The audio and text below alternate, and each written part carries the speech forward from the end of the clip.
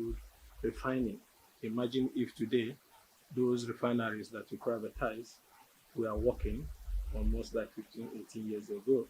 Today, we will not have pressure on FS.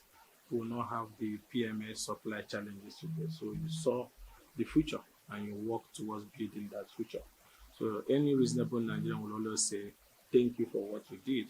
And if possible, come to you to learn how were you able to carry those reforms. So we can be able to learn from those things we did in 1999, which if they have been consolidated by successive governments in the past, today will not be in this economic challenges that is facing us.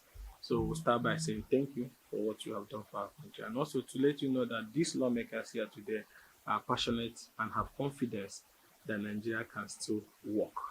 And that is why most of us here today are co-sponsors in the bill for political restructuring. We strongly believe that a stable political atmosphere will help our country to go forward. And that's why we have a proposal for a single term presidency of 6 years and for power to rotate between North and the South, and for all elections in the country to hold in one single day. The reason is that the electoral system has been bastardized over the years. If we can have one election in one day, the bandwagon effect and the insecurity that is associated with the election will not happen, because there will be massive participation, there will be large turnout of people. And you know that with the election in one day, once the accreditation is used to announce the state house of assembly result, it can no longer change even when you get to presidential. So we believe that in the midst of all this uncertainty, that we can, rejig some of these laws, all elections in one day, and a single term of 6 years, and power to rotate between North and South. This is driven by the reason that the instability that goes with the political process is part of the reason why we're also in this mess, and other restructurings that we're proposing. But we're here today to learn from you. We are here today to interact with you. We're here today to tell you that we're all proud of what you have done. And as young Nigerians who are desirous of a stronger, united, and sustainable Nigeria, and at this time of economic uncertainty and crisis, maybe there'll be one or two things that we all can share, even in the proposed amendment we want to do, and other ways to go about it that can help us to achieve the Nigerians of our dream. So it's more of interaction, it's more of commendation, and more of informing you so that in the House of Representatives, we are committed, especially some of us that are here today, that Nigeria can still work and that we can learn from those who have tried it and have made impact. And that is why we are here to appreciate it. Thank you, sir. Within the 3 senatorial districts of each state. Take my state, for example, Kogi State, sir. If not by divine intervention, I am from Kogi Central, the Igbira people. It's only one axis that would have been having it. As I'm talking to you now, the western axis, the Yoruba-speaking part, has not had it. And we don't know whether it will get to their turn. The same thing is happening in Benue State. You know more than I do, sir. We're just pleading to you, the founding fathers, that if this can be looked into, it will down the agitations by several ethnic groups and the problem we are having. Let it be made compulsory that power should rotate within the 3 senatorial districts of each state. Some states are already doing it, but in some places, it's the larger ethnic groups that always want to do it. And it doesn't mean well for this country, sir. Thank you very much, Your Excellency. Thank you. What we have achieved. What I would say is that, well, when we were there, we did our best.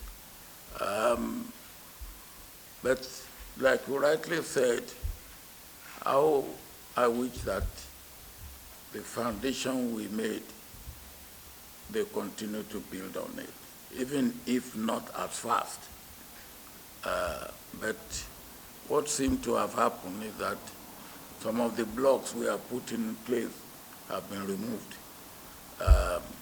Sadly, I would say. But what I know about Nigeria, and that is the consolation, and for you and for me, what I know about Nigeria is that if we get it right, the leadership, the team, because one tree does not make a forest. You need a good leader, but you also need the team to work with the leader. And if we get the leadership and the team right, the point is that in a space of 2.5 years, we will put the past behind us. In another 10 years, the firm foundation and the edifice on which we can build will be set. And in one generation of about 25 years, we are there and we are gone. But what we have been doing in the past is you take 2 steps forward, 1 step aside, and probably 2 or 3 steps back. And that won't get us anywhere. So, you see, for me, it's not so much the system, except that we have to rethink what we call democracy, the Western liberal democracy, where they talk of loyal opposition. In African system, what we do is we sit down and we get consensus, we get commonality, and after we have done that, there's no opposition, there's no proposition. Everybody comes to, and we move together. Because in that case, we are not, the word for opposition in almost all African languages that I have looked into is enemy. Then what do you do with enemy? Loyal enemy? Nothing like that. Now, and that is what we do. Once you take it, yes, it is yours. The winner takes all. The opposition goes into the wilderness. That is not right. Because you have to join hands together. You don't go into my village and say, look, this is the government, this is the opposition. We run the village together. You can sit down and argue and talk about things and debate and discuss, and when then we move together as a village, as a community. Maybe that's part of what we have to look at. You know, the issue for me, if we get it right, whether you have one term of 6 years, or 2 terms of 4 years, or 2 terms of 5 years, where we need to work is our mentality. We have to decarbonize our brain. Brothers, look, if you give him one term of 6 years, he can do the same harm that he will do in 2 terms of 4 years. He will do.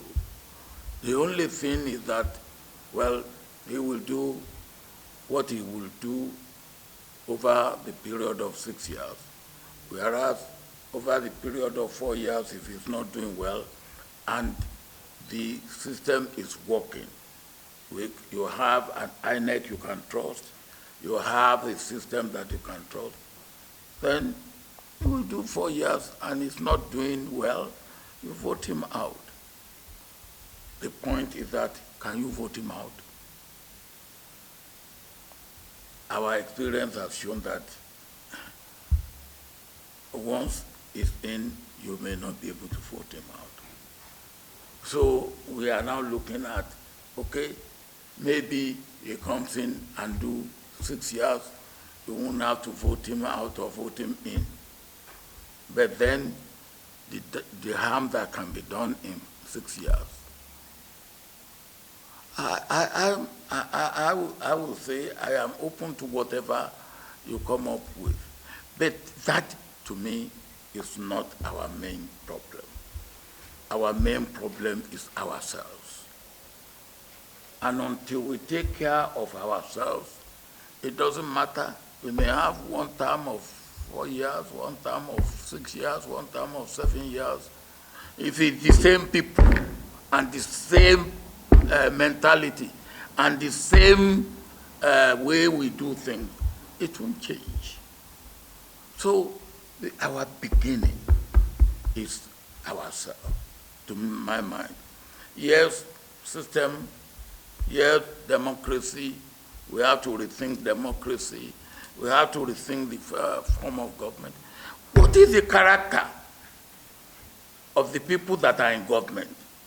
With all due respect, most of them should be behind the bar. And that is the truth.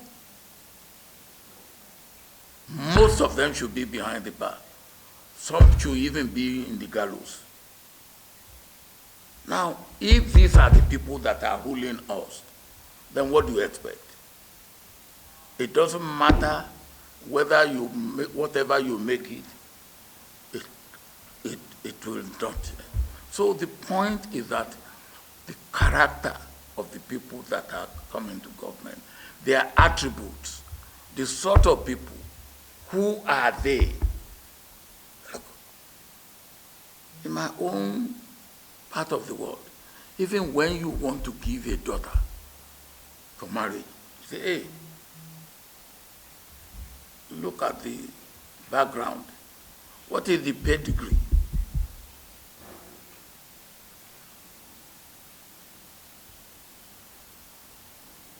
And that is one thing we really need to think about. How do we select leaders? What should be the character of the leaders we select? What should be their track record? What should be, where should we find them?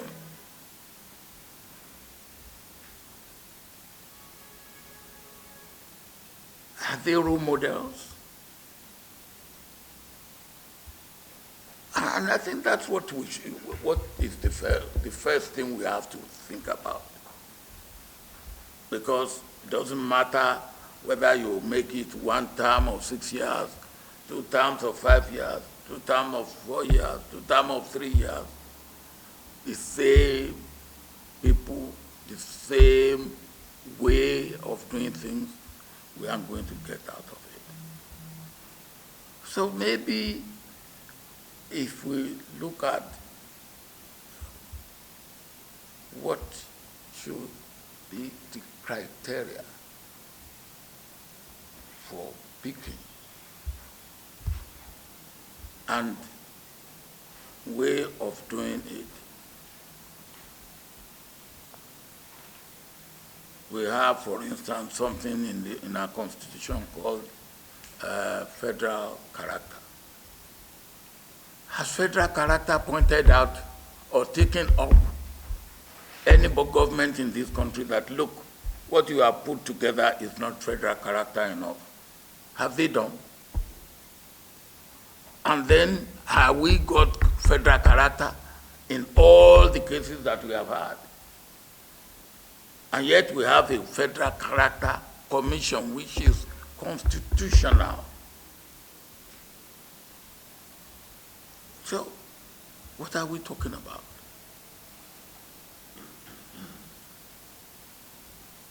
Look at, in your own case, with all due respect, you are not supposed to fix your salary or your allowances.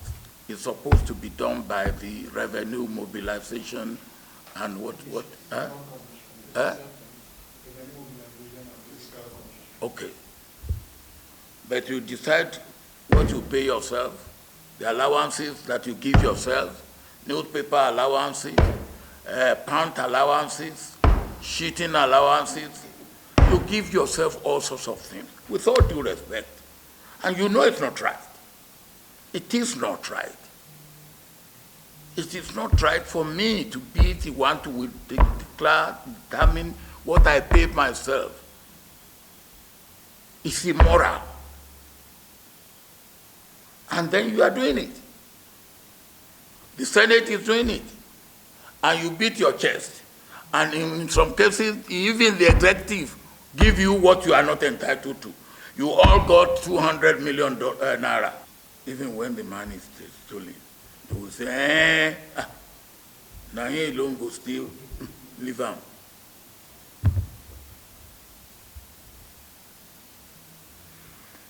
So we have a lot to do.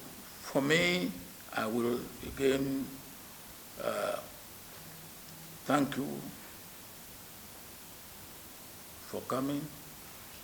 I believe what you are doing is very important. We should never stop looking at our system, but let us look at ourselves. We have to reposition ourselves. And the harm that we are doing to ourselves in Nigeria, we are not doing to Nigeria alone. We are doing to West Africa. We are doing to Africa. And we are doing to the black race all over the world. Because God doesn't make a mistake.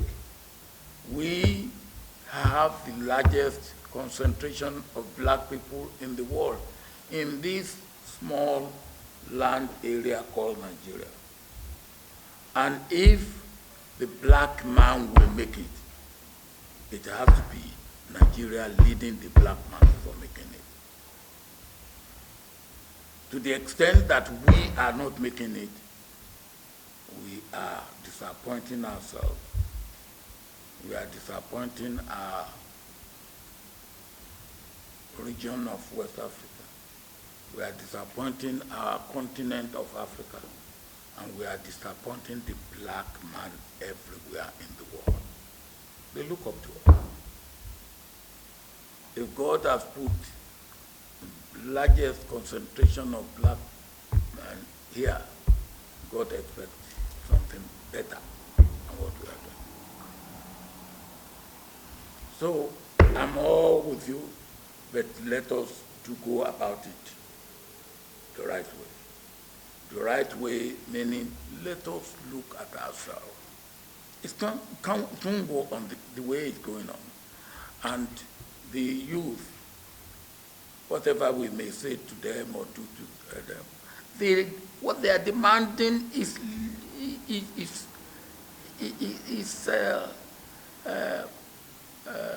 what is the word that is legitimate.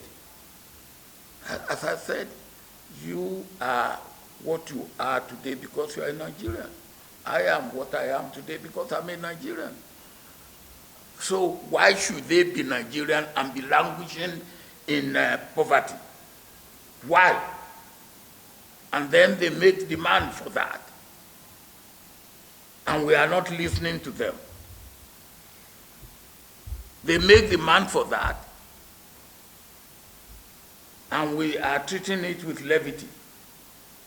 We are sitting on a keg of gunpowder.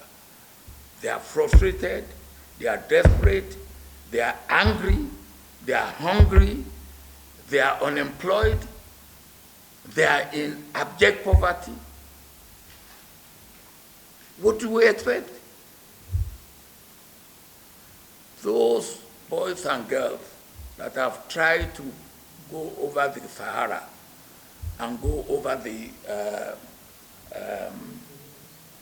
Mediterranean, they had 3 hurdles to cross.